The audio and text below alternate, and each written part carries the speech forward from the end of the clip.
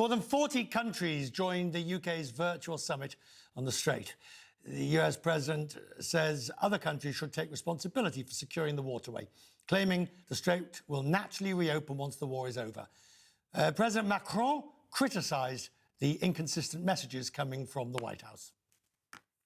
We want to be serious. We don't say each day the opposite of what we said the day before. Perhaps we don't need to speak every day. Dan Yergin is vice chairman of S&P Global with me now. I mean, it couldn't be more blunt. The market reaction on oil this morning, Dan, really made the point better than most, that as long as the president is throwing inconsistent messages, the market doesn't know which way to turn, so the price goes up. Well, I think there are really two prices, Richard. One is the future price, and the other, oh, we have an echo. Do you have? I'm sorry, yes. I think you might be hearing yourself coming back. Let me just see if we can sort that out. Are you able to hear yourself okay, sir? Are you able to continue? I can hear. Yeah, I think now it's fine. What I started to say, really, there's two prices. There's $108, which is the futures price, and then there's a price for a barrel in the next 10 days, and that's $140. And so the oil market, that's the real price to look at, because that's the price that reflects physical shortage as opposed to financial market interpretation of what's happening.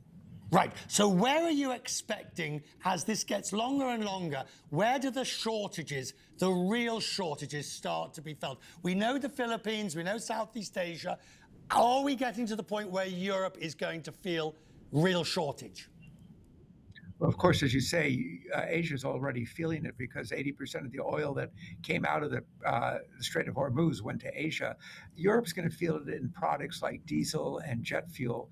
And there's already, the prices for jet fuel are more than double what they were before this crisis began. So I think that's where Europe starts to see it at the beginning.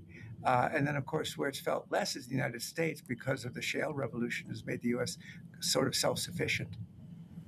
If your new book, The New Map, goes into many of the ideas. I mean, it's almost a prognosis, in a sense, for what's happening now. It's almost as if you sort of had predicted this, particularly the weaponization of oil and the strengthening of the monopoly position of, say, Iran and the Strait. Yes, I mean, first we saw it with gas, where we weaponized gas in 2022 after the invasion of Ukraine against Europe. And now we really have the weaponization of the Strait of Hormuz. And this has turned out to be the other big weapon that Iran had, and it's applying it. And, you know, it's Richard, it was not a secret that this was the most important choke point for world oil. For years, people have been seeing it. And out there was always this nightmare scenario that traffic through the strait would be disrupted. Now it's happened. If somebody had said to you 6 months ago, Dan, if there's a war, if America starts bombing Iran, I think there's a real chance that Iran will close the Strait of Hormuz. If they'd said that 6 months ago, would you have, because seemingly the administration didn't seem to think it was a realistic possibility, what would you have said if I'd said that to you? Well, it was kind of obvious that they would do it. Iran has already kind of, with Oman and the UAE, has in a practical way managed the traffic through the strait, so there wouldn't be collisions.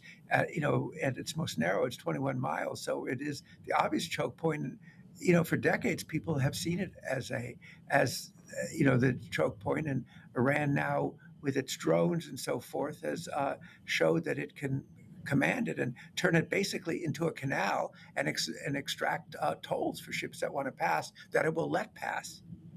Dan, I'm glad to see you, sir. Thank you for joining us. Kind of you to take time tonight.